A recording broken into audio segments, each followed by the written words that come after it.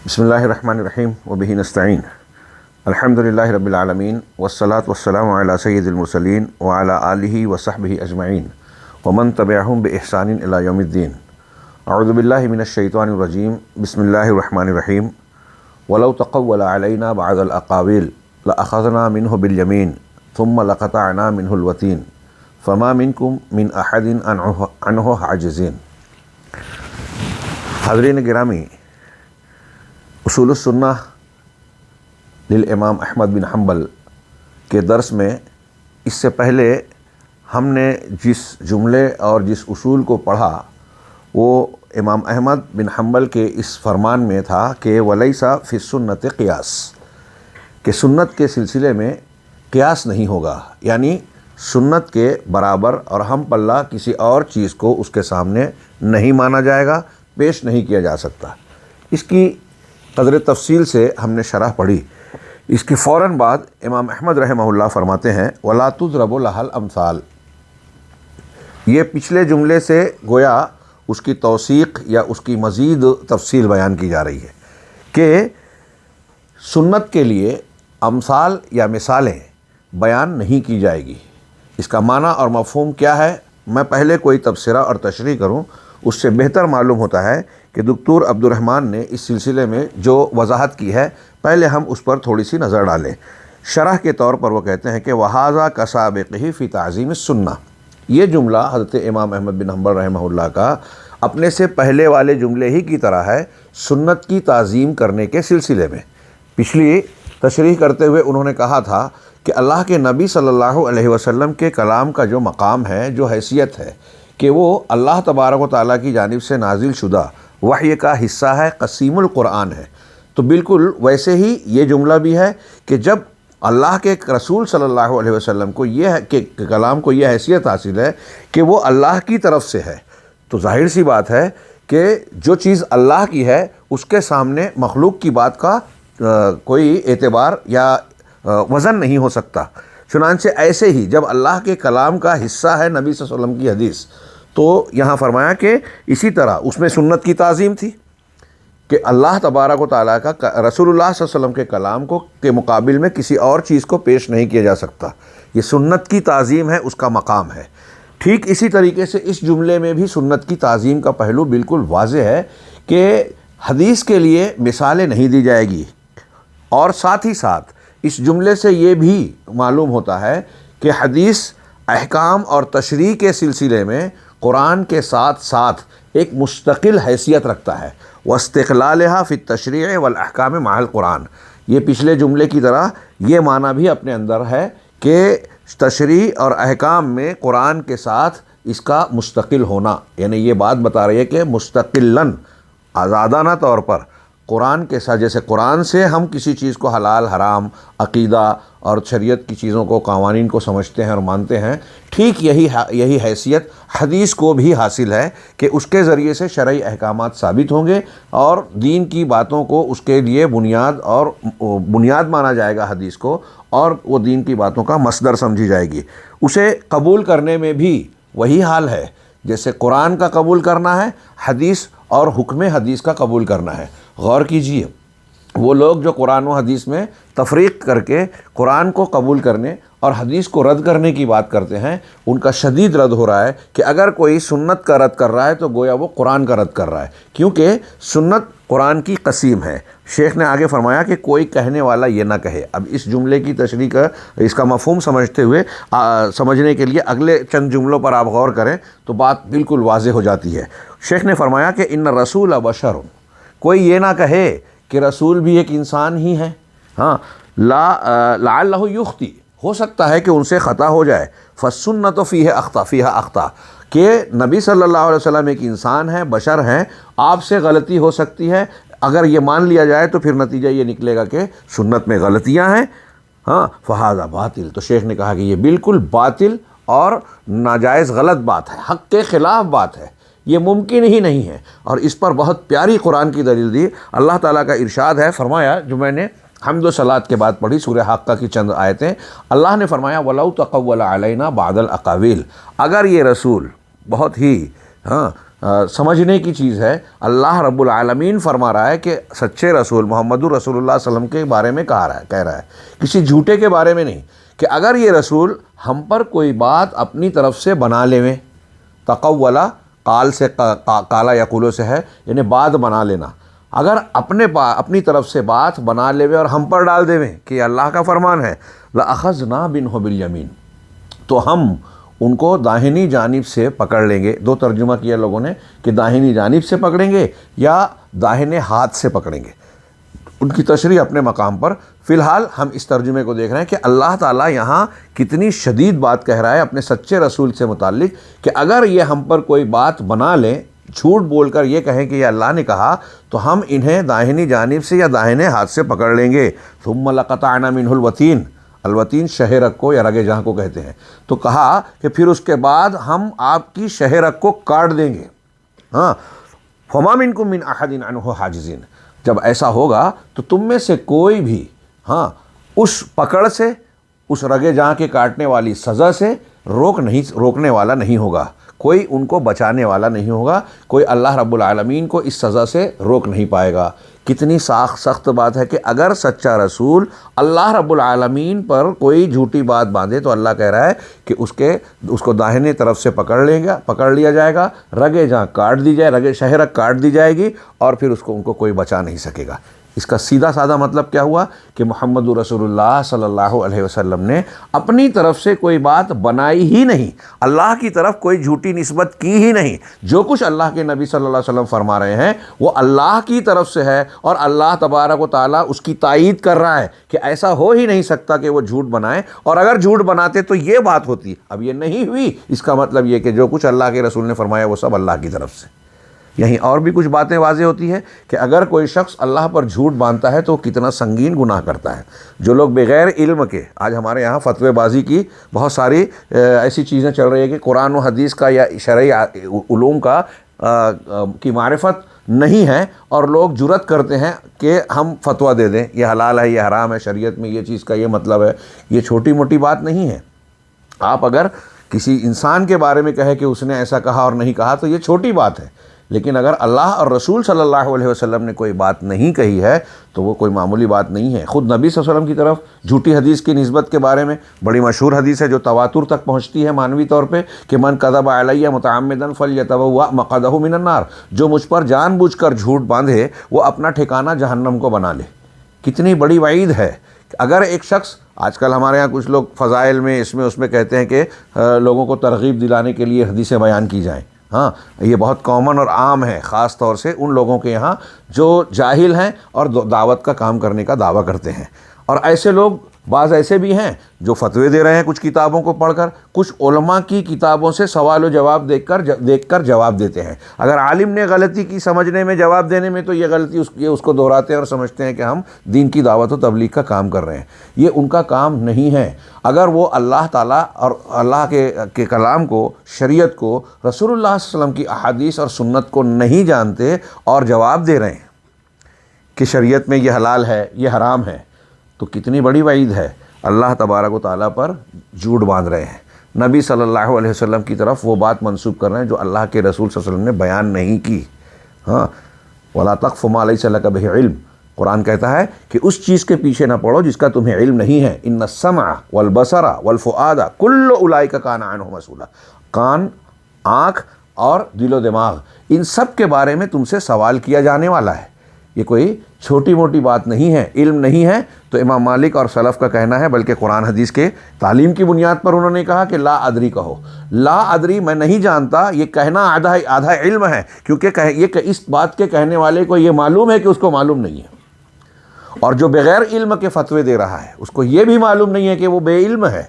और ऐसी बातें कहने वालों को लोग तानो तशनी का निशाना बनाते हैं। अगर किसी ऐसे शख्स पर तनकीद की जाती है, आजकल हमारे यहाँ ये हो गया, तो उनके मुतक़िदीन फ़ौरन अहले इल्म पर या जायज़ तनकीद करने वालों पर जो है तीर व नश्तर के साथ हमला आवर हो जाते हैं और ये समझते हैं कि ये कुछ ज़ाती झगड़ा है। ये ज़ाती झगड़ा नहीं है, ये कुरान और हदीस की ताज़ीम और उनका मकाम है, और शरीयत के तहफ़्फ़ुज़ की एक ज़मानत है कि शरीयत के बारे में लबकोशाई वही करे, शरीयत शरई अहकाम के बारे में वही बात करे जो कुरान और सुन्नत को जानता है। एक ताबई हैं बहुत बड़े मोहम्मद इब्न मुनकदिर, अगर वो कहते हैं कि अगर तुम में से किसी शख्स से कोई आदमी शरीयत का सवाल करे, हलाल हराम दीन में की क्या हुक्म है, तो वो जवाब देने से पहले अच्छी तरह गौर कर ले, इसलिए कि अब वो जो जवाब देगा, एक आदमी मेरे पास आता है और पूछता है कि जो भी मुझ पर भरोसा करके कि इस बारे में अल्लाह का या शरीयत का क्या हुक्म है। अब मैं उससे ये कह रहा हूँ कि इसमें शरीयत का यह हुक्म है, तो इसका मतलब क्या हुआ? मोहम्मद इब्न मुनकदिर की ज़बान में वो कहते हैं कि वो अल्लाह के और बंदे के दरमियान नुमाइंदा बन रहा है, मीडिएटर बन रहा है। जब मैं सवाल करने वाले से, मैं से मतलब मैं ही नहीं, कोई भी आलिम हो, शरीयत की बात बता रहा हूँ कि अल्लाह ताला की शरीयत में ये हुक्म है, ये हलाल है, ये हराम है, ये फ़र्ज़ है, अगर मैं ये कह रहा हूँ या कोई आलिम कह रहा है, तो इसका मतलब ये कि वो अल्लाह ताला की बात को बंदे तक पहुँचा रहा है, अल्लाह ताला की शरीयत की नुमाइंदगी कर रहा है, अल्लाह के और बंदे के बीच में नुमाइंदा बन रहा है। अगर वो जाहिल होकर ये नुमाइंदगी कर रहा है तो इसका मतलब उसको मालूम नहीं है खुद कि अल्लाह ताला का ये हुक्म है और वो आवाम को बता रहा है। जहालत के साथ फतवा देना, इसकी बड़ी वईद हदीसों में भी है। एक शख्स, हाँ, इल्म के उठाए जाने वाली हदीस बुखारी मुस्लिम में है कि अल्लाह ताला इल्म को ऐसे नहीं उठाएगा कि लोगों के दिलों से इल्म गायब कर दे, बल्कि उलमा को कब्ज़ करके इल्म को कब्ज़ करेगा। हत्ता इज़ा लम युबक़ि आलिमन, यहाँ तक कि जब आलिम को नहीं छोड़ेगा बाकी, तो इत्तख़ज़ अन्नास रुऊसन जुहाला, लोग जाहिलों को अपना सरदार बना लेंगे। फ़सुइलू, अब उनसे सवाल किया जाएगा, फ़अफ़्तऊ बिग़ैर इल्म, वो बग़ैर इल्म के फ़तवा देंगे, फ़ज़ल्लू व अज़ल्लू, ख़ुद भी गुमराह होंगे, दूसरों को भी गुमराह होंगे। मैंने इस हदीस को इसलिए पढ़ा कि इस हदीस की तशरीह में अहले इल्म ने बयान किया, अल्लामा इब्न क़य्यिम, उसको नकल किया अल्लामा अलबानी वग़ैरहुम रहमहुमुल्लाह और दूसरे उलमा ने।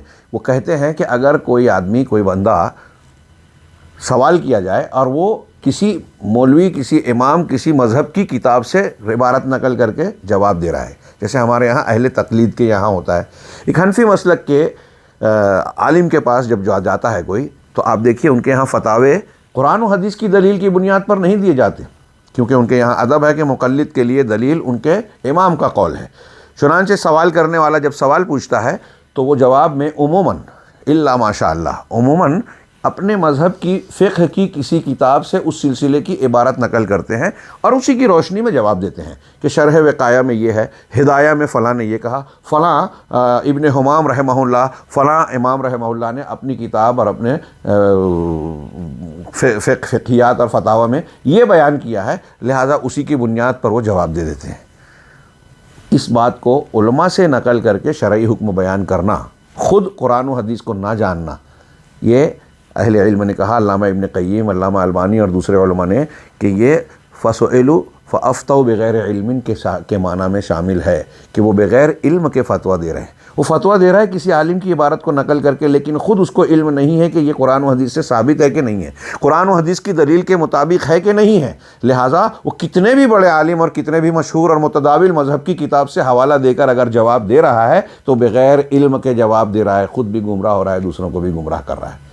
रोंगटे खड़े कर देने वाला मामला है। लेकिन मैं जानता हूँ कि हम जब इस बात को सुनते हैं, बयान करते हैं, तो लोग इसे मसलकी तासुब में ये महसूस करके छोड़ देते हैं, गैर अहम समझते हैं कि ये उनके मसलक के एतबार से ये बातें कह रहे हैं, हमारे ख़िलाफ़ में हैं इसलिए ये बातें कह रहे हैं। मेरे भाइयों, ये कुरान और हदीस की दलील की बुनियाद पर हम बातें बयान कर रहे हैं, इसलिए ये गौर कीजिए कि मेरी बात अगर ये ना होकर अल्लाह और रसूल की बात है, और यकीनन अल्लाह और रसूल के तालीमात के ऐन मुताबिक है, अल्लाह ताला अपने नबी पर इतनी सख्त पाबंदी लगा रहा है कि अगर ये कोई अपनी बात बनाकर अल्लाह पर मंसूब कर दें तो अल्लाह ताला नबी को नहीं छोड़ेगा, दाहिनी तरफ से पकड़ कर लेगा और कोई बचा नहीं सकेगा। कितनी शदीद बात है, एक इंसान के लिए खौफज़दा कर देने के लिए काफ़ी होनी चाहिए कि जब पैगंबर के ताल्लुक़ से ये अदब है कि अल्लाह पर वो कोई झूठी बात नहीं बयान कर दें तो पकड़ से नहीं बचेंगे, तो हम और आप किस खेत की मूली हैं। बाद के आलिम बग़ैर इल्म के अल्लाह ताला की तरफ अगर शरीयत का हुक्म कहकर कोई चीज़ मंसूब कर रहे हैं तो वो इस ज़ुमरे में आएंगे या नहीं आएंगे, गौर करने की बात। ये कुरान का फरमान है। तो अब जब सच्चों का ये मामला है और ये फतवे की बात मैंने कही, तो सोचिए कि एक आदमी झूठी नबूवत का दावा करता है, अपने आप को नबी कहता है। उस मामले में तो उम्मत अल्हम्दुलिल्लाह काफ़ी मोहतात है। हाँ, कुछ लोग अगर बाज़ झूठे मुद्दईयान नबूवत से धोखा खाए तो खाए, उसमें एक बड़ा शख्स मिर्ज़ा गुलाम अहमद कादियानी है, उस पर भरपूर लिखा उलमा ने। हाँ, और हर एतबार से अल्लाह ताला ने ये इंतज़ाम किया कि अगर कोई शऊर वाला अक्ल व शऊर का भी इस्तेमाल करे तो अंदाज़ा लग जाए, मामूली तौर से मालूम हो जाए कि ये झूठा है। आजकल अभी कुछ और सुना है, कोई एक आध पैदा हुए हैं शकील हनीफ फ़लाँ और फ़लाँ, कुछ लोग उनको नबूवत का दर्जा देते हैं। कैसी उम्मत है, कैसी जहालत है, समझ में नहीं आता। नबी सल्लल्लाहु अलैहि वसल्लम के ख़ातमुन नबीयीन होने की 1 2 5 7 100 200 नहीं, सैकड़ों दलीलें हैं। बिला वजह नहीं कह रहा हूँ, अला वजहिल बसीरा अर्ज़ कर रहा हूँ। कभी मौका रहा हमने रसूल पर ईमान भी रिसाला के ज़िम्न में कुछ बातें इस सिलसिले में की हैं, और अभी कुछ बाकी हैं हमारा सिलसिला, उसमें इंशाअल्लाह बातें आएगी। नबी सल्लल्लाहु अलैहि वसल्लम के ख़ातमुन नबीयीन होने की बेशुमार दलीलें, कोई एक भी नबी और कोई नई शरीयत और अहकाम आने वाला नहीं है। ये बिल्कुल तयशुदा दीन की बुनियादों में से एक बुनियाद है, दीनी तालीमात की एक उसूल है। अब उसके बाद कोई इस तरह दावा करे और धोखा खा जाए, ये एक हमारे यहाँ एक बड़ा तबका ऐसा है जो नबूवत का बराह रास्त दावा तो नहीं करता, लेकिन अगर आप उनकी बातों को, उनके सिलसिले में जो इद्दिआत किए जाते हैं, उनकी जो हैसियत बताई जाती है बुज़ुर्गान दीन, सालिहीन, शेख़ तरीक़त या सिलसिले के मशाइख, उनके बारे में अगर आप दावे पढ़ें तो आपको इससे ज़्यादा ख़तरनाक बातें नज़र आएगी कि फ़लाँ हमारे शेख साहब हैं, आंख बंद करते हैं, अल्लाह ताला से हम कलाम होते हैं और वही ले लेते हैं। उनके यहाँ ये कलाम भी मौजूद है कि किसी फ़लाँ तरीक़त और सुलूक के रास्ते पर चलने वालों के लिए वही इलाही की, कुरान और हदीस की ज़रूरत नहीं है। हाँ, अब उनके पीर साहब, उनके शेख साहब, उनके बानी सिलसिला या जिसकी तरफ वो निस्बत रखते हैं, उनकी तरफ से जो मिल रहा है वो शरीयत है। अब वो कुरान हदीस से टकराए तो इनका कोई टेंशन नहीं है, वो पीर साहब का मसला है। सोचिए थोड़ी देर के लिए, ऐसा करने से ये दो जुमला जो उसूल सुन्ना का हमने पढ़ा, हाँ, हमारे दीन के उसूलों में इमाम अहमद बिन हम्बल रहमहुल्लाह बयान कर रहे हैं कि सुन्नत के सामने किसी को क़ियास नहीं किया जाएगा और सुन्नत के लिए मिसालें नहीं दी जाएगी।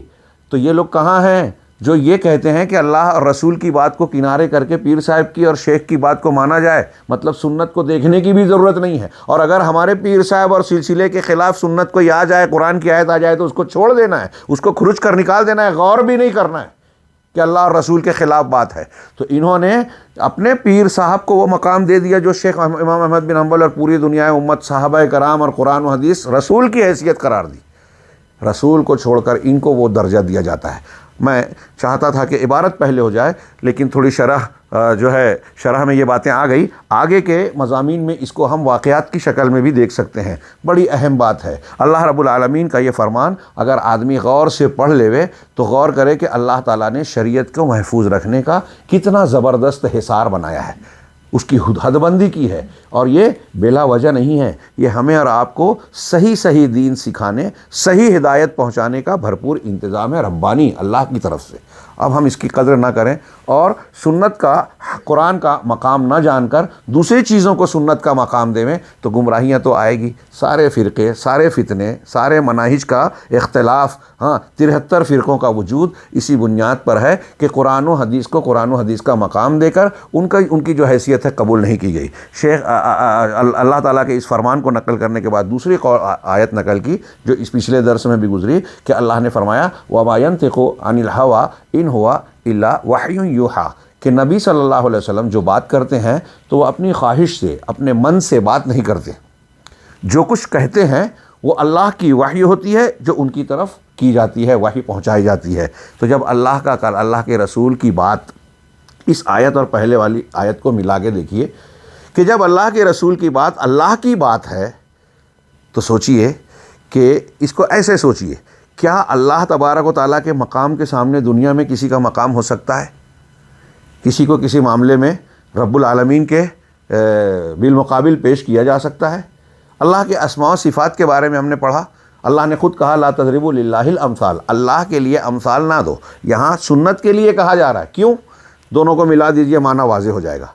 अल्लाह के लिए मिसालें बयान करने की गुंजाइश नहीं है, साफ़ मुमानियत है। हम दुनिया के लोगों पर क़ियास नहीं, लेकिन लोग करते हैं। बादशाह के पास पहुंचने के लिए वज़ीर की ज़रूरत है, फ़लाँ जगह पहुंचने के लिए फ़लाँ वसीले की ज़रूरत है, तो इसका मतलब अल्लाह के पास पहुंचने के लिए भी वसीले की ज़रूरत है।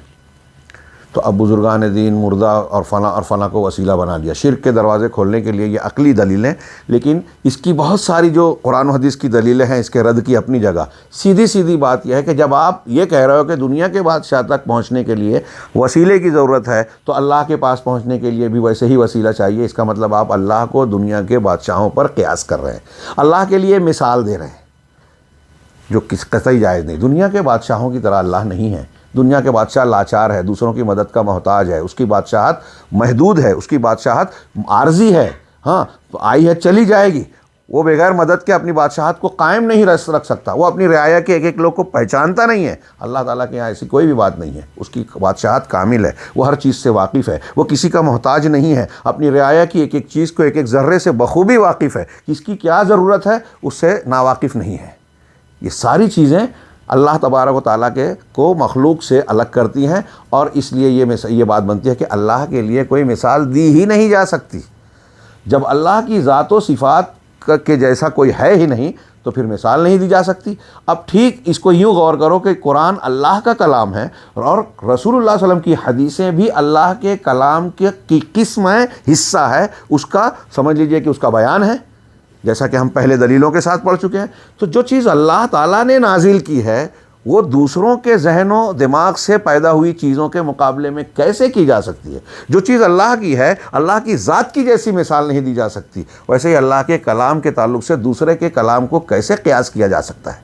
नबी सल्लल्लाहु अलैहि वसल्लम की बातें आपकी ज़बान से, आपके ज़ात से हमको मिल रही हैं, लेकिन अल्लाह ताला कह रहा है इस आयत में कि जो आप पेश कर रहे हैं, जो बयान कर रहे हैं, वो आपकी अपनी बात नहीं है, बल्कि हमारी यानी अल्लाह की वही है जो उनकी तरफ की जा रही है। फ़क़ौलुना, अब आगे शेख ने कहा, शारेह ने बहुत प्यारी बात, कि हमारा ये कहना कि इन्न रसूल बशरुन हादा हक़्क़ुन, कि रसूल बशर हैं, ये बात सही है। रसूल बशर है, ये बात सही है। हाँ, बल यजरी अलैहि कुल्लो मा यजरी अलल बशर, आप पर वो सारे हालात और कैफियत जारी होते रहीं जो दूसरे इंसानों पर होती रहीं, जैसे तकलीफ़ें, बीमारियाँ, और आपको वो सारी चीज़ें पेश आई जो एक इंसान को पेश आती थी। आपको सर दर्द हुआ, आखिरी दौर में उम्मुल मोमिनीन हज़रत आयशा सिद्दीक़ा घर में आपके सर पे पट्टी बंधी हुई है। हाँ, आप बेचैन हैं, हाँ, बुखार से बेचैनी की कैफियत में आप अपने चेहरे मुबारक पर जो है चादर डालते, हटा लेते। उम्मुल मोमिनीन की हदीस बुखारी और मुस्लिम में उसी हालत में आपने कहा कि यहूद व नसारा पर अल्लाह की लानत हो, उन्होंने अपने अंबिया की कब्रों को मस्जिद बना लिया। तो उसमें ज़िक्र है हज़रत आयशा का, आपको शदीद बुखार हुआ। हाँ, पूछा, कहा कि हज़रत आयशा ने पूछा तो कहा कि आम इंसान को जो बुखार होता है उसके दोहरा मुझे होता है। तो कहा अजर भी दोहरा है? कहा यह बात सही है। तो आपको बुखार हो रहा है, सर में दर्द हो रहा है। मैं अक्सर कहा करता हूँ कि नबी सल्लल्लाहु अलैहि वसल्लम को बुखार हुआ, सर में दर्द हुआ, ये तौहीद की दलील है। अल्लाह रब्बुल आलमीन सारे आज़ार से, अमराज से और ऐसी चीज़ों से पाक है। नबी सल्लल्लाहु अलैहि वसल्लम से के ऊपर इस चीज़ का इजरा जारी होना, ये इस बात की दलील है कि आप मखलूक हैं, बशर है, अल्लाह के अब्द हैं, ग़ुलाम हैं, अल्लाह नहीं है। अल्लाह होते, अल्लाह की सिफ़ात और ख़ूबियाँ होती तो इस तरह की चीज़ें नहीं आती। ग़ज़वा उहुद में दुश्मनों का हमला करना, आपका ज़ख्मी होना, आपके चेहरे अनवर का खून आलूद हो जाना, ताइफ में आपको ज़ख्मी किया जाना, ग़ज़वा उहुद में आपके घुटनों का टूटना, और फिर जो है खौद की कड़ियाँ रुखसार मुबारक में धंस जाना और ज़ख्मी हो जाना, फिर उसके अलावा आखिर वक्त में, बाद के औक़ात में आप पर जादू का किया जाना, ये सारी चीज़ें इस बात की दलील है कि आप इंसान हैं। तो शेख कह रहे हैं कि आप इंसान थे और वो सारे मामलात आप पर ज़ाहिर होते, जारी होते थे, पेश आते थे जो दीगर इंसानों को पेश आए, चाहे वो बीमारी हो, भूख हो, थकन हो, खौफ हो, डर, हाँ, सहव हो। अब यहाँ कोई धोखा ना खाए, डर कैसा, हाँ, कई किस्म का डर होता है। जैसे अल्लाह के रसूल ने कहा कि मुझे अगर डर ना होता कि तुम लोग फ़र्ज़ समझने लगो तो मैं तरावी को जमात से पढ़ाते रहता। हाँ, अभी हमारे यहाँ कुछ हज़रात सुनेगा, अल्लाह के रसूल को डर, ये बशरी तकाज़े वाला। जैसे मूसा अलैहिस्सलाम ने सांप और लाठियों को देखा तो कुरान कहता है फ़औजस फ़ी नफ़्सिही ख़ीफ़तम मूसा। कोई यहाँ हमारे इस जुमले को पकड़ के ये ना कहे कि रसूलुल्लाह सल्लल्लाहु अलैहि वसल्लम की शान में गुस्ताखी है। कुरान कह रहा है। हाँ, अंबियाए कराम अलैहिमुस्सलातु वस्सलाम पर भी ये कैफियत तारी हुई। अल्लाह के नबी सल्लल्लाहु अलैहि वसल्लम पर जब वही का नुज़ूल हुआ तो आप घबराहट और खौफ का ही असर था कि आप जाते हैं खदीजतुल कुबरा रज़ी अल्लाह ताला अन्हा के पास और आप कहते हैं कि खशीतु अला नफ्सी, ये खशी तो मैं डर, मुझे अपने नफ्स का डर है, बुखारी मुस्लिम की हदीस में है, मुझे अपने नफ्स का डर है। हज़रत उम्मुल मोमिनीन ने उनको जो तसल्ली के कलिमात कहे, मकसूद वो नहीं है अभी बयान करना, और फिर वही उसी तनाजुर में आपने कहा था ज़म्मिलूनी दम मिलूनी, हाँ मुझे चादर ओढ़ाओ चमड़, या अय्युहल मुज़्ज़म्मिल, उसी तनाजुर में कुरान की आयतें नाजिल हुई। तो ये खौफ जो इंसानी बशरी तबीयत का हिस्सा है, ये भी आपको लाहिक होता। हाँ, और सहव, आप सहव भी करते, गलती भी करते, 4 रकात वाली नमाज एक मरतबा 2 रकात पढ़ा दी। हाँ हाँ, खिरबाक ज़ुल्यदैन सहाबी रसूल आपके हुजरे में गए जब आप तशरीफ़ ले गए और आपसे सवाल किया, बुखारी वगैरह में रिवायत मौजूद है, क्या है, अनुक़सति सलातो अम नसीता या रसूल अल्लाह, सवाल किया कि अल्लाह के रसूल नमाज कम कर दी गई है या आप भूल गए। वापस आके आपने सहाबा से पूछा कि क्या ये खिरबाक सही कह रहे हैं? कहा हाँ, आपने 2 ही रकात पढ़ाई। आपने फिर से 2 रकात पढ़ाई, सजदे सहू किया और सलाम किया, बुखारी वगैरह में है। और उसके बाद कहा कि मैं तुम्हारी तरह इंसान हूँ, अनसा कमा तनसौन, मैं भी भूलता हूँ जैसे तुम भूलते हो। अब कोई यहाँ ये ना कहे कि जब आप भूलते हैं तो शरीयत की कोई चीज़ भूल गए होंगे, जैसे कुछ लोग जादू का रद्द करने के लिए कहते हैं अगर जादू को मान लिया जाए तो शरीयत पर असर पड़ेगा। नहीं, इसकी हिफाजत अल्लाह ने की, जिम्मेदारी ली। सनुक़रिउका फ़ला तंसा, कि हम आपको कुरान पढ़ा देंगे तो आप कभी नहीं भूलेंगे। तो इसका मतलब जब अल्लाह ने निसियान से आपको महफूज रखा तो जादू होने के बावजूद आपकी शरीयत को, आपके मामूलात दीनिया को महफूज रखा, जिससे किसी इंसान को ये गुंजाइश नहीं हो सकती बोलने की कि आपने शरीयत में कोई गलती की हो, कोई चीज़ छुपा ली हो, कोई चीज़ पहुँचाने में गलती की हो। नामुमकिन बात है। क्यों? ये सब कुछ अल्लाह की तरफ से है। अगर कहीं गलती होती तो पहली आयत जो हमने पढ़ी कि अगर हमारी तरफ झूठ बनाकर बयान करते तो हम पकड़ लेते। इसका मतलब जो बयान कर रहे हैं अल्लाह की तरफ से बयान कर रहे हैं, और अल्लाह की तरफ से दी हुई किसी तालीम को छुपाया भी नहीं। अगर छुपाते तो भी यही जुर्म होता। ये सारी चीज़ें नबी सल्लल्लाहु अलैहि वसल्लम की शख्सियत और ज़ात के सिलसिले में अल्लाह तबारक व तआला की बिल्कुल वाज़ेह तौर से गोया दुनिया के पूरी कायनात के लोगों को तालीम है कि आपकी नबूवत और तालीमात को कबूल किया जाए। आपकी नबूवत बिल्कुल सच्ची है, बिल्कुल काबिल एतमाद है, अल्लाह की तरफ से हिदायत का इंतज़ाम है। चुनांचे शेख ने कहा कि जैसे इंसानों को ये चीज़ें लाहिक होती है तो ऐसे ही नबी सल्लल्लाहु अलैहि वसल्लम को ये आराज़, अमराज, बीमारियां और इंसानी जो वाक़यात मामलात हैं वो पेश आते रहे। और इसके अलावा दूसरी चीज़ मिम्मा युसीबुल बशर, जो इंसान को लाहिक होते रहे। लाकिन न हो, ये इंसानी बशरी तकाज़े जिस्मानी और दुनियावी एतबार से नबी सल्लल्लाहु अलैहि वसल्लम पर आए। लाकिन न हो मासूम फ़ी तबलीग, लेकिन तबलीग रिसालत के सिलसिले में आप मासूम हैं, महफूज हैं, अल्लाह ने आपकी हिफाजत की है। बहुत अहम नुक्ता है और अहम चीज़ समझने वाली। शरीयत और दीन की बात जब आप कह रहे हैं तो ये सवाल ही पैदा नहीं होता कि कोई गलत बात कहेंगे। इसलिए हदीस रसूल अल्लाह की तरफ से है, अल्लाह के दीन का हिस्सा है, लिहाजा उसमें गलती हो और कायम रह जाए नामुमकिन, गलती होगी नहीं। और अगर कभी कोई बशरी तकाज़े से कोई मामला हुआ, जैसे आपने कह दिया कि मैं शरबत मगाफिर शहद वाला शरबत पीऊँगा नहीं, फ़ौरन तंबी आई कि आप हलाल क्यों कर रहे हो उस चीज़ को, हराम क्यों कर रहे हो उस चीज़ को जिसको अल्लाह ने हलाल किया। सूरह तहरीम की इब्तिदाई आयतें पढ़िए, सभी मसलक के लोग ये मानते हैं। हाँ, हिंदुस्तान में हमारे यहाँ जब शाहबानो केस चला तो अहनाफ ने भी ये आयतें पेश की। शेख अबुल हसन अली नदवी रहमहुल्लाह, हाँ, उन्होंने अपने ख़िताब में बल्कि कई जगहों पर यह कहा कि भाई हमारे पैगंबर को भी शरीयत में तब्दीली का इख्तियार नहीं है। ये आयत पेश की, अल्लाह ताला ये कह रहा है कि आप उस चीज़ को कैसे हराम कर सकते हैं जिसको अल्लाह ने हलाल किया। अल्लाह के रसूल सल्लल्लाहु अलैहि वसल्लम ने अपनी बात को तोड़ा और फिर पीना शुरू कर दिया। तो नबी को भी ये इख्तियार नहीं है शरीयत में तब्दीली कर देने का। हम और कोई इंसान कैसे कर सकता है? कितनी साफ़ बात है जो सब ने कबूल की।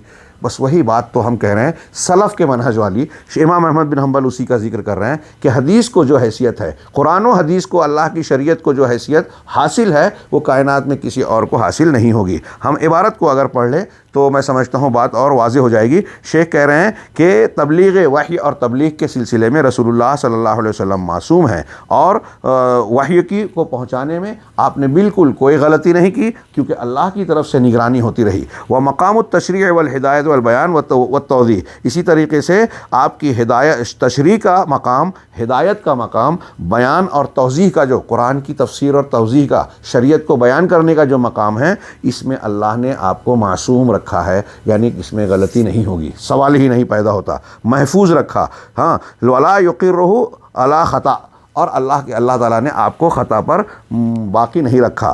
क़ाला ताला, अल्लाह ताला ने फरमाया वल्लाहु यासिमुका मिनन नास, अल्लाह ताला तुमको आपको लोगों से बचाएगा। इस आयत का पस मंज़र अगरचे ये है कि लोग आपको कत्ल करना चाहेंगे तो अल्लाह महफूज रखेगा, लेकिन जैसे आपकी शख्सियत और शरीर की जान की हिफाजत का अल्लाह ने ज़िम्मा लिया, इन्होंने कहा कि अक़लन और शरान आपकी शरीयत और तालीमात की हिफाजत का ज़िम्मा भी इसमें ऐसे आगे फरमाते हैं, यानी अल्लाह आपको उनसे बचाएगा, उनको आपसे रोकेगा।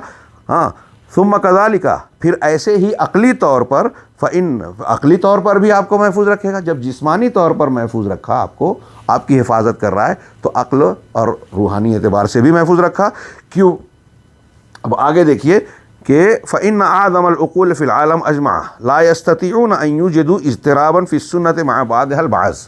बड़ी इख्तिसार से इन्होंने बड़ी जामे बातें कही हैं शारिह ने, डॉक्टर अब्दुर रहमान हफ़िज़हुल्लाह ने। वो कहते हैं इसलिए कि आप गौर करें कि दुनिया के जितने दुनिया में अक़ल वाले गुज़रे हैं, तो जो बड़े से बड़े दानिश्वर और अक़ल वाले हैं, सारी दुनिया के सारे अक़लमंद, हाँ, इन्होंने सुन्नत में हाँ इज़्तिराब और टकराव कभी पाया नहीं कि ये सुन्नत बाज़ से एक दूसरे से टकराती हों, इनके अंदर इज़्तिराब पैदा होता हो कि ये हदीस और ये हदीस, फ़लाँ हदीस और फ़लाँ हदीस को मिलाकर बात जमती ही नहीं, समझती ही नहीं।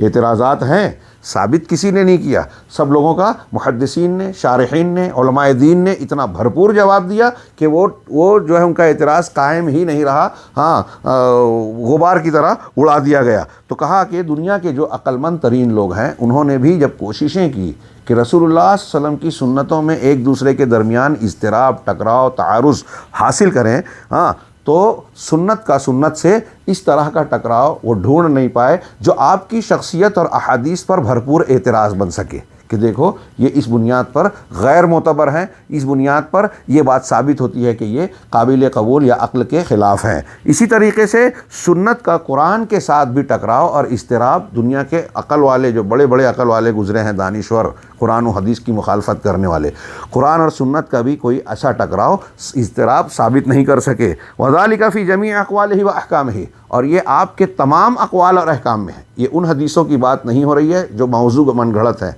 उन हदीसों की बात नहीं हो रही है जो साबित ही नहीं है, जो रिवायतें सनदन उसूलन साबित हैं। हाँ, पूरी दुनिया पर अक़ल वालों की दुनिया, साइंस वाले हों, हैत वाले हों, फ़लसफ़ा और मंतिक वाले हों, उस दुनिया की तरफ से एतराज़ात बहुत हुए, लेकिन कभी किसी साइंटिस्ट ने, किसी फ़लसफ़ी ने, किसी मंतिकी ने कोई एतराज़ किया हो और उसका इत्मीनान बख्श जवाब देकर कुरान और सुन्नत की हैसियत को कायम रखा ना गया हो, ऐसा नहीं हुआ पूरी तारीख़ में। यह ख़ुद एक बहुत बड़ा मोजज़ा है कुरान और हदीस की सच्चाई का, कोई मामूली बात नहीं है। दुनिया का कोई कितना भी ज़हीन तरीन मुहक्किक इंसान क्यों ना हो, बड़े से बड़ा साइंटिस्ट हो, उनकी बड़ी बड़ी ठोकरें और गलतियां आपको मिलेगी, लेकिन अल्लाह के नबी सल्लल्लाहु अलैहि वसल्लम की कोई साबित शुदा हदीस के सिलसिले में ये बताए कि ख़ुद अल्लाह के रसूल सल्लल्लाहु अलैहि वसल्लम के यहाँ इस हदीस को बयान करने के बाद तज़ाद और इस्तिराब पाया जाता है, टकराव पाया जाता है, हक़ाइक़ से इन्हिराफ पाया जाता है, उनकी बात साइंस से इस तरह टकराई कि साइंस साबित हो गया और वो गलत साबित हुआ, ऐसा आज तक नहीं हुआ। टकराने की बातें लोग पेश करते हैं, साबित नहीं कर पाते और इसमें नाकाम रहे हैं। और ये कुरान की सुन्नत का सुन्नत से और सुन्नत का हदीस से, कुरान से भी यही मामला है। हालांकि ये अक्लमंदों ने ऐसा करने के लिए अपनी सारी कोशिशें झोंक दी, मेहनतें लगा दी, बड़े बड़े हुकूमतों ने बाकायदा इसके लिए खुफिया, और अब तो सामने आ चुका है, कोई कमेटियाँ बनाई, हाँ, जंगलों में जो है यूनिवर्सिटियाँ तैयार हुई, जहाँ यूरोप के अंग्रेज़ी दान लोगों ने अरबी, उलूम अरबिया, उलूम इस्लामिया में महारत हासिल की और अजीब अजीब तहक़ीक़ी किताबें तक लिख डाली। उनके आदमी घूम कर घुस कर मुसलमानों में आकर कहीं इमाम बन गए, कहीं रावी हदीस और मुबल्लिग बन के मुसलमानों को धोखा देते रहे, इस्लाम और कुरान और सुन्नत के बारे में शुकूक व शुबहात पैदा करने की कोशिश करते रहे। हदीसों का एक बहुत बड़ा ज़ख़ीरा जिसको उन्होंने मशकूक बनाने की कोशिश की, अक़ल के, कभी साइंस के, कभी किसी चीज़ के ख़िलाफ़ बताने की कोशिश की। हाँ, ऐसा उनके इन्हीं कोशिशों के नतीजे में हमारे यहाँ मुनकरीन हदीस का मरऊब जो है तबका पैदा हुआ। यूरोप से जाके तालीम हासिल किया, वो अगरचे दुनिया के मामले में बड़ी बड़ी डिग्री होल्डर रहे हों, उन्होंने ऊंची डिग्रियां हासिल की हों, लेकिन दीन के मामले में उनके पास वो डिग्रियां नहीं थी, कुरान और सुन्नत के और फ़न्न हदीस के बारे में बारीकियों का इल्म नहीं था। उनके दबाव में, उनकी सिलसिले में वो आ गए और उन्होंने कुरान और सुन्नत पर एतराज़ात शुरू कर दिए। लेकिन उनके एतराज़ात के बाद ऐसा नहीं हुआ कि ये साबित किया हो उन्होंने कि अल्लाह के रसूल सल्लल्लाहु अलैहि वसल्लम की अहादीस में इस्तिराब है, कुरान और हदीसों में टकराव है, ऐसा जिसका जवाब नहीं दिया जा सकता, जिसको समझा नहीं जा सकता। जहाँ तक इब्तिदाई एतराज़ की बात है, यहाँ सुनने वाले अगर कोई ये सवाल उठाएं कि एतराज़ तो किया गया, तो मेरा सवाल है कि दुनिया की कौन सी ऐसी हकीकत है, दुनिया का कौन सा इल्म है, दुनिया का कौन सा कानून है जिस पर एतराज़ ना किया गया हो। एतराज़ होना अहम नहीं है, सब पर होगा और हक़ पर तो ज़्यादा ही होगा, हर बातिल की तरफ से होगा। एतराज़ का होना माना नहीं रखता, एतराज़ का साबित होना माना रखता है। कुरान और हदीस के ख़िलाफ़ बातें हुई है, कोई चीज़ साबित नहीं हुई है, हाँ, उसमें इस्तिक़रार नहीं रहा। मुनकरीन हदीस का इससे पहले हमने तज़किरा किया कि वो ख़ुद मुनकरीन हदीस के जितने गिरोह, अलग अलग अफराद और गिरोह पाए जाते हैं, सब आपस में टकराते हैं, कोई एक बात नहीं कहता। कुरान और हदीस से हटकर जिन लोगों ने बात किया, उनके यहाँ आपको भरपूर इस्तिराब मिलेगा, चाहे वो कितनी भी अकल वाला हो।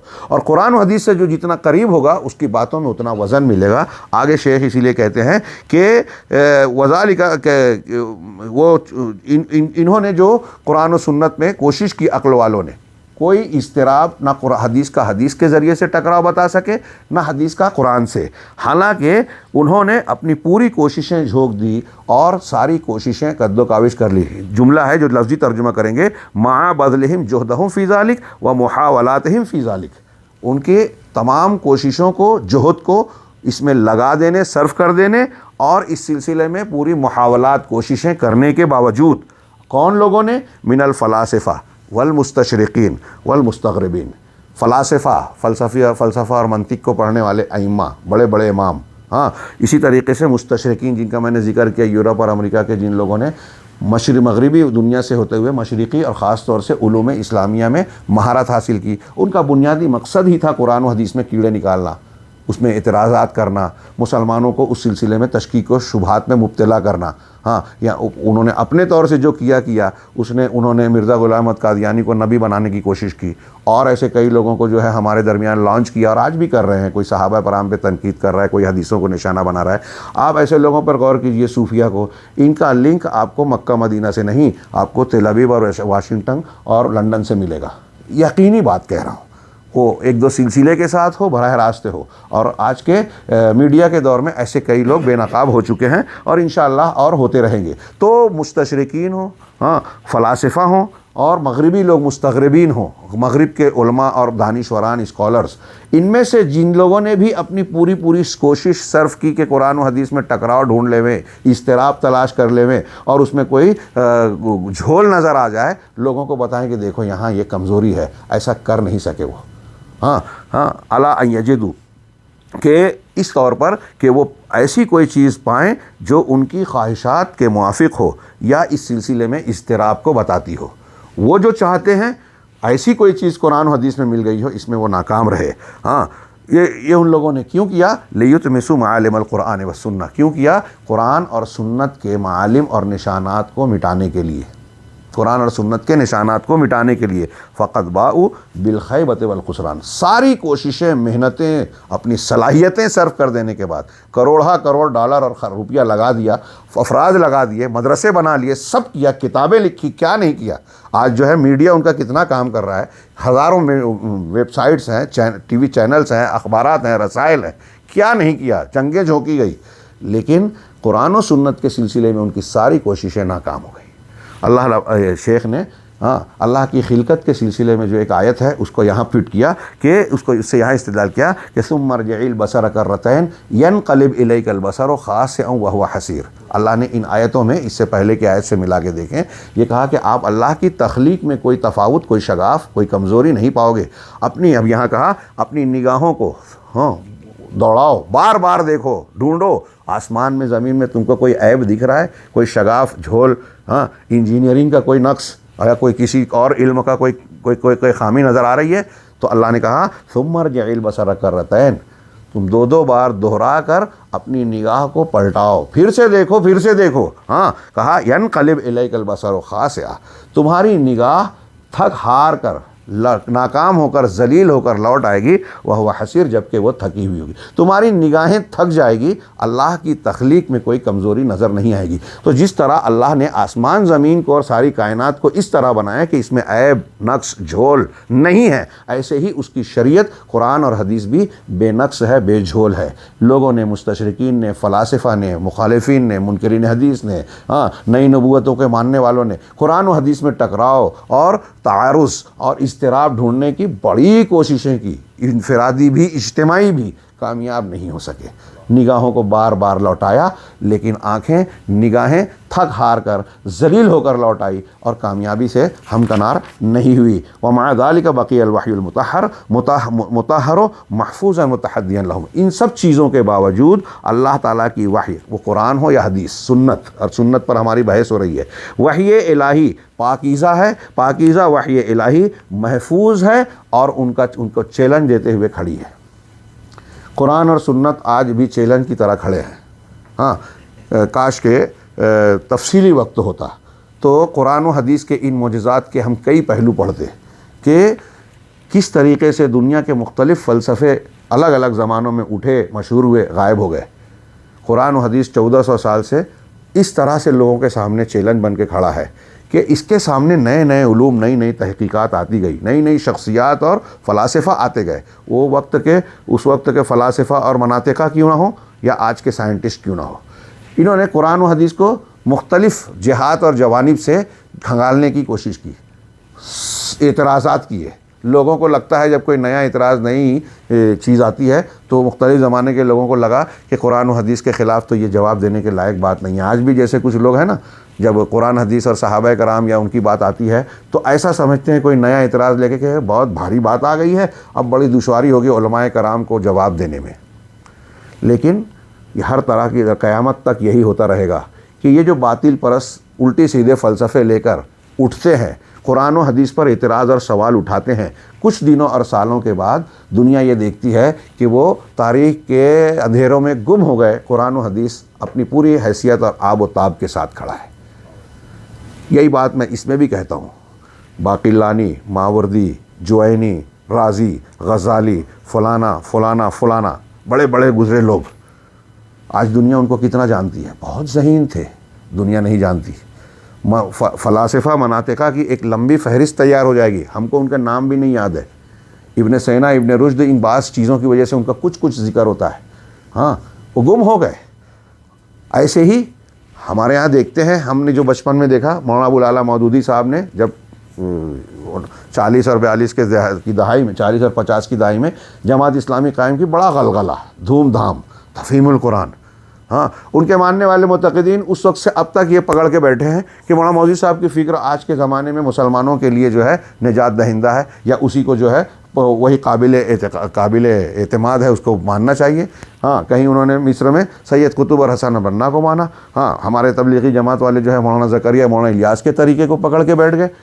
ये मैं उनकी किसी की तनकीस नहीं कर रहा हूँ। गौर कीजिए कि जब आप शख्सियात की उन चीज़ों को लेते हैं जो उनकी अपने दिमाग की उपज है, इख्तियार करदा है, ये कुछ दिनों तक बहुत एट्रैक्टिव, दिलकश मालूम होती है, लेकिन जब कुछ हालात की तब्दीली होती है तो वो चीज़ें जो एक ज़माने में एक माहौल में बहुत अच्छी नज़र आ रही थी, वो गैर अहम नज़र आने लगती है। आज मौलाना अबुल आला मौदूदी के ताल्लुक़ से आप आज से 15, 20, 25 साल पहले जाइए, जो जोश व खरोश था उनकी फ़िक्र के मानने वालों में, क्या आज वो नज़र आता है? या उनकी फ़िक्र को जिस तरीके से ये समझा जाता था कि मौजूदा माहौल में ये काबिल कबूल है और ज़रूरी है, क्या आज उसकी वो अहमियत व इफ़ादियत कायम है? नहीं है। ये बहुत अहम चीज़ है, लेकिन मैं जानता हूँ बहुत से लोग समझेंगे नहीं, समझना चाहेंगे नहीं। अगर कोई शख्स, मैं इसमें कहना ये चाहता हूँ कि इंसान या कोई बड़े से बड़ा साहिब अक्ल शऊर दानिशमंद अपनी अक्ल व फ़िक्र पेश करता है तो ये ज़्यादा मुद्दत वाली नहीं थी, इंसानी फ़िक्र है। और अगर कोई कुरान व हदीस पेश करता है तो वो अल्लाह रब्बुल आलमीन का दीन पेश कर रहा है। अल्लामा इब्न तैमिया 6वीं 7वीं सदी हिजरी के हैं, इमाम अहमद बिन हम्बल उससे पहले के हैं, इमाम बुखारी, इमाम फ़लाँ और फ़लाँ उस ज़माने के।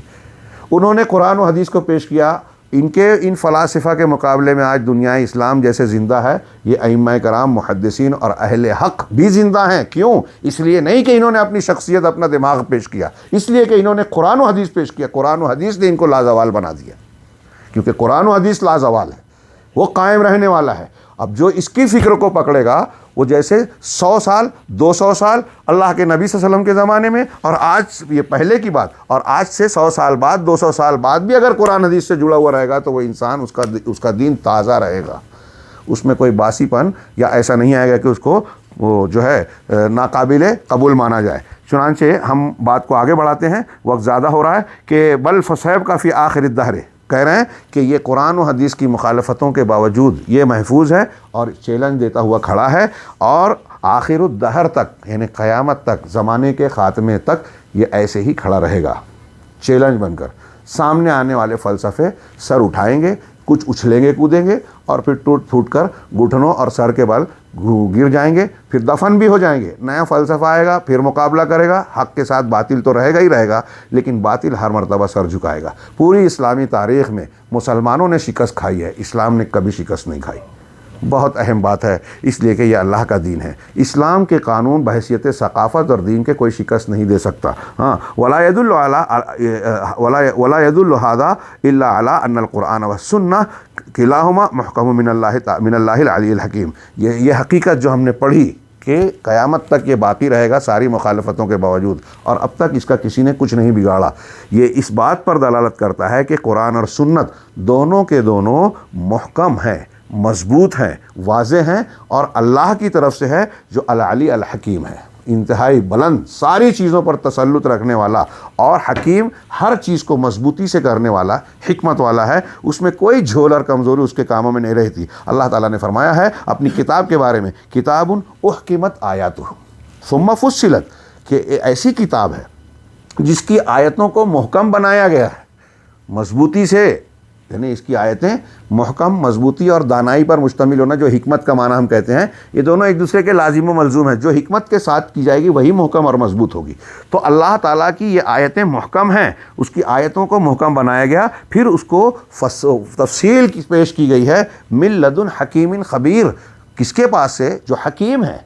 जब हकीम है, हिकमत वाला है, तो उसकी किसी चीज़ में ऐसी बात नहीं हो सकती कि हिकमत के ख़िलाफ़ हो, और जब उसकी हिकमत के ख़िलाफ़ कोई बात है ही नहीं तो कोई दुनिया का फ़लसफ़ी बड़े से बड़ा अकल वाला आके उसमें झोल और नक्स कैसे निकाल सकता है, उसमें रद्द कैसे कर सकता है? जब कोई शख्स अपने आप को कितना भी अक्लमंद समझे या उसके मानने वाले समझते हैं कि मेरे ये मौलाना, मेरे अल्लामा, मेरे फ़लाँ किताब लिखने वाले बहुत भारी हैं, अगर वो कुरान व हदीस पर रद्द कर रहा है तो वो जाहिल है। उस मामले में जिसमें रद्द कर रहा है कम से कम उसमें तो जाए। क्यों? इसलिए कि वो अल्लाह के कलाम पर नक़्द कर रहा है, यानी अल्लाह को हकीम नहीं मान रहा है, उस अल्लाह से ज़्यादा हकीम इसको मान रहा है कि अल्लाह ने कुरान में एक बात कही तो अल्लाह हकीम है, उसकी बात हिकमत वाली है। तो जो हिकमत वाले की बात की मुखालफत करे वो हिकमत वाला हो सकता है क्या? तो कुरान और हदीस पर एतराज़ करना बज़ाते ख़ुद जहालत और हिमाकत का पहलू लिए हुए है। तो हकीम ख़बीर की तरफ से है, हिकमत वाला और मजबूती से भी काम करता है और सारी चीज़ों को बारीक बीनी से जानता है। मतलब यह कि उसकी कोई बात, उसकी नाजिल की है वह कुरान और उसकी नाजिल की हुई सुन्नत अल्लाह के रसूल पर, उसमें कोई ऐसी बात नहीं हो सकती जो इल्म और हिकमत के ख़िलाफ़ हो, क्योंकि वो ख़ुद ख़बीर की तरफ से है, हकीम की तरफ से। अब किसी को ऐसा लगता है कि ये बात साइंस के ख़िलाफ़ है, ये बात अकल के ख़िलाफ़ है, तो ये लग रहा है नहीं। ये उसकी अकल की कमज़ोरी है कि उसको ऐसा लग रहा है, उसको इल्म की कमी है कि उसको ऐसा लग रहा है। वरना आज बहुत सारी चीज़ें जो नहीं लग रही हैं वो 100 साल पहले लगती थी। मुतज़िला ने कई चीज़ों का इनकार किया जो आज की साइंस की दुनिया में अगर वो होते तो खुद दांतों तले उंगलियां चबा लेते कि हम तो ये समझते थे कि अल्लाह अमाल का वज़न कैसे करेगा। इमाम बुखारी ने वो हदीस नकल करके उनका रद्द किया। उस वक्त जो है साइंटिफिकली इमाम बुखारी साबित नहीं कर सकते थे, लेकिन आज हम देख रहे हैं कि इंसान ऐसी कई चीज़ों का वज़न कर रहा है जो मादे से उठाकर तराजू में रख नहीं सकते। हाँ, कितनी चीज़ें, हवा, गैस का वज़न बता रहा है, हवा से हल्की और हवा से भारी कितनी गैसेस है वो वज़न बता रहा है। जो चीज़ नज़र नहीं आती उसका वज़न बता रहा है इंसान। हाँ, ऐसे कैमरे हैं कि आप उठ के चले गए फिर भी आपकी तस्वीर को खींच लेगा, आपके हवा में मौजूद ज़र्रात को जमा करके वो तस्वीर की शक्ल दे देगा। हाँ, कल अभी हाफिज़ साहब ने बताया कि वो आपने एक तस्वीर ली एप्पल के, उस पर अब उस पर उंगली रखते हैं तो उस तस्वीर के वक्त जो आप हरकत कर रहे थे वो भी उसमें दिखा देगा। लिया तस्वीर है, हल्की सी वीडियो भी उसमें आ गई। ये किसने ये ऐसी मशीनें बनाई? इंसान ऐसी मशीनें बना रहा है। अल्लाह के लिए क्या मुश्किल है जिसने इंसान को ये सलाहियतें दी, बनाया। तो अगर आज मुतज़िला ज़िंदा होते तो बहुत सी चीज़ें जो उस वक्त तो उनकी अकल में नहीं आती थी आज आ जाती, और वो अपने सर को पीटते कि हमने अपनी अक्ल की बुनियाद पर कुरान और हदीस की ऐसी कितनी बातों को रद्द कर दिया, जबकि अहले सुन्नत वल जमात उस वक्त भी इस बातों को मान कि अगर अल्लाह ने कहा है, रसूल ने कहा है, तो हमारी अकल में आए या ना आए, हमारी तहकीक उसको बयान कर पाए या ना कर पाए, हम मानते हैं। अमल का वज़न होगा, हमारे असलाफ़ ने भी माना, मुतज़िला ने उसका रद्द किया, इन्होंने जवाब दिया, हालांकि आज की दलीलें उनके पास नहीं थी, आज तो हमारे पास ये साइंसी दलीलें हैं। आगे हम बढ़ते हैं, अल्लाह ताला ने आगे फरमाया शेख ने कि मिन लदुन हकीम मिन अल्लाह की कलाम के बाद कह रहे हैं फ़ल हिकमत फ़िल कुरान व सुन्ना। जब अल्लाह हकीम और ख़बीर की तरफ से शरीयत नाजिल की गई है, कुरान उतारा गया है, तो कुरान और सुन्नत में हिकमत है। हाँ, वल इस्तिराब वल खलल फ़ी गैरिहिमा, एक जुमला इसमें एक किताब है, और इस्तिराब और खलल खामी कुरान और हदीस के अलावा में है। अब कुरान हदीस से हट के कोई कितनी भी कैसी भी बात करे वहाँ खलल होगा, कुरान हदीस में नहीं होगा। वस्सुन्नत ही अल हिकमा, और एक दूसरे मानों में अल्लाह ने तो सुन्नत को हिकमत कहा है, सुन्नत ही हिकमत है, जैसा कि अल्लाह ताला के कौल में है वयुअल्लिमुहुमुल किताब वल हिकमा वयुज़क्कीहिम, कि अल्लाह ताला अल्लाह के रसूल अल किताब और अल हिकमा की तालीम देते हैं और उनका तज़किया करते हैं। हाँ, अब सोचिए कि अल्लाह कह रहा है कि रसूल हिकमत सिखाते हैं, और आज कोई अकल वाला कहता है कि रसूल की बात हिकमत के ख़िलाफ़ है, तो अल्लाह की बात सही है कि उनकी बात सही है? रसूल की बात सरापा हिकमत है, और अगर कोई कह रहा है कि वो हिकमत के ख़िलाफ़ है, इसका मतलब ये बेवकूफ़ है। हिकमत के ख़िलाफ़ ये है। अल्लाह ने आगे फरमाया फिर आयतुल उखरा, दूसरी आयत में है कि वयुज़क्कीकुम वयुअल्लिमुकुमुल किताब वल हिकमा, कि अल्लाह ही वो है जो तुमको तुम्हारा तज़किया, वो नबी सल्लल्लाहु अलैहि वसल्लम तुम्हारा तज़किया करते हैं, सफाई करते हैं शिर्क से, कुफ्र से, शक से, दिल की बीमारियों से, गंदगियों से, बुरे ख़यालात से तुमको पाक करने की कोशिश करते हैं, तरबियत करते हैं। वयुअल्लिमुकुमुल किताब वल हिकमा, और तुमको अल किताब और अल हिकमा की तालीम देते हैं, कुरान की और सुन्नत की। हाँ, मालूम ये हुआ कि कुरान सुन्नत भी हिकमत सुन्नत है। इमाम शाफ़ी और सलफ़ कहते हैं कि अल्लाह के रसूल ने जो सहाबा को सिखाया अल किताब अल हिकमा, तो किताब तो कुरान है, हिकमत क्या है? सुन्नत है। इससे पता चला कि नबी सल्लल्लाहु अलैहि वसल्लम ने सिर्फ किताब नहीं दी, कुरान कह रहा है कि हिकमत भी दी। अब अगर कोई हदीस को नहीं मानता और हदीस में कीड़े निकाल रहा है, तो वह अल्लाह के रसूल की सिखाई हुई यानी अल्लाह की नाजिल की हुई इस हिकमत की बात को रद्द कर रहा है। कह रहे हैं फ़ज़रबुल अमसाल लिस्सुन्नह बातिलुन शरअन व अक़लन।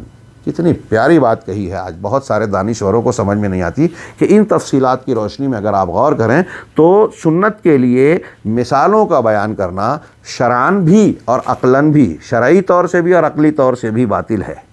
एक आदमी अगर अक़ल से भी गौर करे कि जब कायनात को बनाने वाले अल्लाह ने कोई नक्स कायनात में नहीं छोड़ा, और कुरान कह रहा है कि शरीयत जो है मुहकम है, रसूल की बातें हिकमत है, तो सारी हिकमत अक़लियात तो कुरान और सुन्नत में सिमटी हुई है, उसमें कोई झोल हो, कोई ख़ामी हो, कोई ऐब हो, मुमकिन ही नहीं है। अब कोई बहुत बड़ा शख्स अपने आप को काबिल बताते हुए ये कहता है कि फ़लाँ चीज़ जो अक़ल हिकमत के ख़िलाफ़ है, तो उसकी बात अक़ल के ख़िलाफ़ है, शरीयत तो छोड़िए, पहले अक़ल के भी ख़िलाफ़ है। हाँ, इसीलिए आगे कह रहे हैं क्यों? लिअन्नहा वह्युम मिनल्लाहि व क़सीमतुल कुरान, इसलिए कि सुन्नत हाँ अल्लाह की वही है और कुरान की कसीम है, जो इससे पहले जुमला गुजरा। हाँ, इसका बेहतरीन तर्जुमा मैं तशफ़ी नहीं हो रही है, मैं जब तर्जुमा कर रहा हूँ, कसीमतुल कुरान यानी कुरान की किस्म कहूँ, कुरान का हिस्सा कहूँ, कुरान का ज़मीमा या मुल्हक कहूँ, जो अल्लाह की तरफ से है, यानी कुरान के साथ बयान कुरान, तो कुरान की कसीम है। वज़कर अल इमाम अहमद हादा लिअन्नहु आना मिन, अब इमाम अहमद बिन हम्बल ने ये बात क्यों कही, तो आखिर में इन्होंने एक बात बहुत अच्छी बयान की कि इमाम अहमद बिन हम्बल ने ये बात जो बयान की उसूल सुन्ना के तौर पर, ख़ास तौर से वो इसलिए कि आपने अपने ज़माने में सुन्नत के दुश्मनों की जानिब से बहुत बड़ी बला और इब्तिला का सामना किया था, बड़ी तकलीफ़ें दी इनको। मैंने इब्तदाई दर्स में इमाम अहमद बिन हम्बल का बहुत ही हल्का फुल्का तारुफ़ पेश किया कि इमाम अहल सुन्ना ये इन्होंने कैसी कैसी मुशक्क़तें झेली और हक़ पर डटे रहे। और हदीसों के मामले में इनके पास, जैसे ज़ाहिर इमामों के तरतीब में चौथे कहलाते हैं, इनके उस्ताद हैं इमाम शाफ़ई, लेकिन आप अंदाज़ा लगा सकते हैं कि फ़न हदीस में और हदीसों के तादाद में इनके पास कितना उबूर था कि इमाम शाफ़ई कहते हैं अपने शागिर्द होने के बावजूद इमाम अहमद से कहते हैं कि अगर आपके पास कोई ऐसी हदीस आ जाए जो मुझे नहीं मालूम, क्योंकि मेरे पास जो हदीस है मैंने तो तुमको पढ़ा दी, तो अब कोई ऐसी हदीस तुमको मिलती है जो मुझे नहीं मालूम, तो तुम जो है वो मुझे बताना, मैं उस हदीस को अपना मसलक बनाऊंगा, अपने लिए रहनुमा बनाऊंगा, चाहे वो बसरा के रावी की हो, कूफा के रावी की हो, शाम हिजाज कहीं की भी हो। अगर हदीस रसूल है तो तुम मुझे बताना। क्या प्यारी बात है। और ये दो जुमले इमाम शाफ़ई का जिक्र निकला इमाम अहमद के साथ, तो मैं यहाँ मुझे एक कौल याद आ रहा है, चूँकि दर्स ख़त्म कर रहे हैं, आखिरी जुमले, तो मैं इसी तनाजुर में जो हमारा कि क़यास नहीं किया जा सकता, किसी का जो वज़न नहीं दिया जा सकता, इसके लिए ज़रबुल अमसला नहीं बयान किया जा सकती। अगर एक मुसलमान इसको मानेगा कि सुन्नत का ये दर्जा है, तो अल्लाह के रसूल की हदीसों के आने के बाद क्या वो ये कहेगा कि मेरे मुफ़क्किर फ़लाँ ने इसको ये समझा है इसलिए मैं ये मानूँगा, मेरे इमाम की बात मानूंगा, पीर साहब की बात मानूंगा? आज कितने लोग हैं अल्लाह के रसूल सल्लल्लाहु अलैहि वसल्लम की बात के सामने को रद्द कर देते हैं और अपने इमाम, अपने बुज़ुर्ग, अपने पीर साहब की बात को मानते हैं। इस हकीकत को उन्होंने समझा ही नहीं है। इमाम शाफ़ई रहमहुल्लाह ने एक मरतबा किसी ने सवाल किया तो एक हदीस रसूल बयान की। पूछने वाले ने कहा कि ये जो आपने बयान किया इमाम साहब, क्या आपका मसलक मौक़िफ़ यही है जो आपने कहा? कि आपका मौक़िफ़ क्या है? ये तो हदीस रसूल है, आपका मौक़िफ़ क्या है? इमाम शाफ़ई गुस्से में आ गए और उनका जवाब सुनिए, एक मोमिन का तर्ज क्या होना चाहिए। उन्होंने कहा कि क्या तुमने मुझको किसी कलीसा से निकलते हुए देखा कि मैं ईसाई हूँ? या मेरे गले में तुमने जुन्नार देखा? मुशरिकीन जो जुन्नार पहनते हैं ना, वो जिनेऊ जिसको कहते हैं, तो जुन्नार देखा मेरे गले में? हाँ, तुम क्यों ये सवाल करो? अरे जब मैं कह रहा हूँ कि ये अल्लाह के रसूल सल्लल्लाहु अलैहि वसल्लम की हदीस है, तो मेरा मौक़िफ़ हदीस के ख़िलाफ़ या अलग कैसे हो सकता है? ये बात जो इमाम शाफ़ई कह रहे हैं, आज बहुत सारे शाफ़ई, बहुत सारे हनफी, बहुत सारे हम्बली, बहुत सारे चिश्ती, कादरी और फलां मानने को तैयार ही नहीं है। एक इख़वानुल मुस्लिमीन का आदमी, एक जमात इस्लामी का आदमी है, वो अपनी फ़िक्र, अपने बानिए जमात के और तंजीम के बुनियादी के इख्तियार किए उसूलों को छोड़कर अल्लाह के रसूल की बात को मानने को तैयार नहीं है। रसूल का मकाम पहचान कर ये नहीं कह सकता वो शख्स कि मेरे फ़लाँ बानी, मेरे जमात के बानी ने गलती की, हदीस को मैं मानता हूँ। हैरत अंगेज़ बात। सहाबा कराम को देखिए, हदीस आ जाने के बाद इतनी शदीद उनके यहाँ सख्ती थी इस सिलसिले में। अब वो बार बार हम दोहराते रहते हैं इब्न अब्बास का रज़ी अल्लाह तआला अन्हु का कौल कि करीब है कि तुम पर पत्थरों की बारिश हो। मैं कहता हूँ अल्लाह के रसूल ने फरमाया और तुम कहते हो अबू बकर और उमर ने। अबू बकर और उमर की बात नहीं चलेगी अल्लाह के रसूल के सामने, तो फ़लाँ और फ़लाँ क्या दर्जा रखते हैं? अबू बकर सिद्दीक़ और उमर फ़ारूक के दर्जे के खाके पाक को जो नहीं पहुँच सकते। ऐसे कितने लोग हैं। अभी कितनी मिसालें दे सलफ़ में, सहाबा कराम में। अब्दुल्लाह बिन मुग़फ़्फ़ल ने एक बच्चे को देखा कि वो निशाना लगा रहा है परिंदों को, हाँ, तो ठेकरी से मारा है, तो आपने कहा कि इससे जो है निशाना न लगाया जाए, खेल रहा था, तो इससे क्या कहते हैं, ना शिकार होता है ना कोई फ़ायदा होता है, इससे किसी की आँख टूट सकती है और नुकसान पहुँच सकता है। अल्लाह के रसूल ने ही फरमाया, हदीस रसूल बयान करके चले गए। वापस आए तो देखा कि फिर वो खेल रहा है उसी से। तो कहा मैंने तुझसे हदीस रसूल बयान की, फिर भी तू नहीं मान रहा है? अल्लाह की कसम मैं तुझसे बात नहीं करूँगा। हाँ, अब्दुल्ला इब्न उमर ने अपने बेटे से कहा, जब उन्होंने कहा कि हम अपनी औरतों को मस्जिद नहीं भेजेंगे, हज़रत इब्न उमर ने कहा कि मैं कह रहा हूँ अल्लाह के रसूल ने कहा कि औरतों को, अल्लाह की बंदियों को मस्जिद जाने से ना रोको, और तू कह रहा है रोकेगा? अल्लाह की कसम मैं तुझसे बात नहीं करूँगा। मुस्नद अहमद में जुमला, उनकी रिवायत बुखारी मुस्लिम में है ये जुमला, मुस्नद अहमद की एक रिवायत में। ऐसे कितना तामुल मिलेगा सहाबा। ये इसी तनाजुर में, चूँकि सहाबा सलफ़ और ये उसूल मानते थे कि अल्लाह के रसूल सल्लल्लाहु अलैहि वसल्लम की हदीस के मुकाबले में किसी की बात नहीं चलेगी, और रसूल की हदीस के सामने किसी की कोई मिसाल देकर उसको रद्द नहीं किया जा सकता कि अल्लाह के रसूल से भी तो गलती हुई होगी। नहीं कहा जा सकता। रसूल से गलती हो दीन के मामले में नामुमकिन, इसलिए कि अगर आप गलत हदीस बयान करें, गलत बातें मंसूब करें अल्लाह की तरफ, तो अल्लाह ताला कह रहा है कि हम आपको दाहिनी जानब से पकड़ लेते।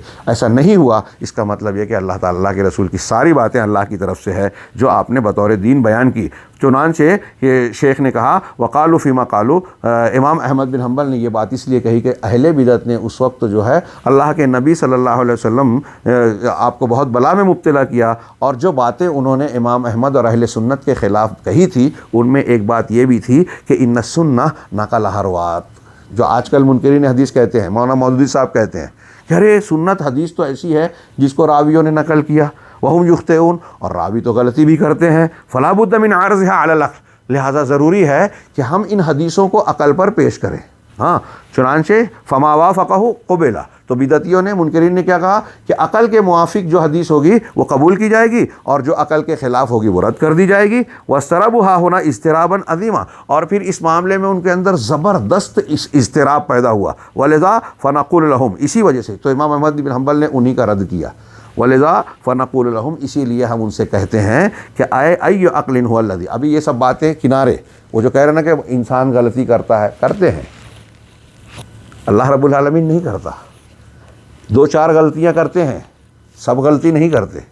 हाँ, और अल्लाह के रसूल सल्लल्लाहु अलैहि वसल्लम की हदीसों की हिफाजत के इंतज़ाम के लिए अल्लाह ताला ने जो कुछ एहतमाम फरमाया है, हाँ, जो एहतमाम और इंतज़ाम किया है, उसको आप देखेंगे तो यहाँ ये मामला नहीं होता कि एक इंसान गलती करता है तो यहाँ गलती का इम्कान है। यहाँ मुसलमानों की इज्तिमाई, हाँ, फ़िक्र और इज्तिमाई अक्ल दिमाग और शऊर सलाहियत लगा हुआ है कुरान और हदीस की तालीबात के साथ। ये अल्लाह का इंतज़ाम है, किसी इंसान का काम नहीं है। वरना अगर इस बुनियाद पर आप हदीसों को रद्द करते हैं, कह रहे हैं गलती की होगी, तो दुनिया की किस बात को काबिल एतमाद कहेंगे बताइए। कोई एक चीज़ बताइए, कोर्ट में अगर सुप्रीम कोर्ट ने कोई फ़ैसला किया है तो जज के बारे में, जज के सामने पेश किए जाने वाले सबूत और शवाहिद के बारे में यही बात हम कह दें तो क्या वो रद्द हो जाएगी? खैर, वो एक अलग बहस है, इसका अपना मकाम है। कुछ बातें इससे पहले हुई हैं, तफसील आएगी। यहाँ शेख कह रहे हैं कि अगर वो अक्ल को बुनियाद बना के कह रहे हैं कि हदीस पर पेश की जाएगी तो चलो ठीक है, थोड़ी देर के लिए मान लो।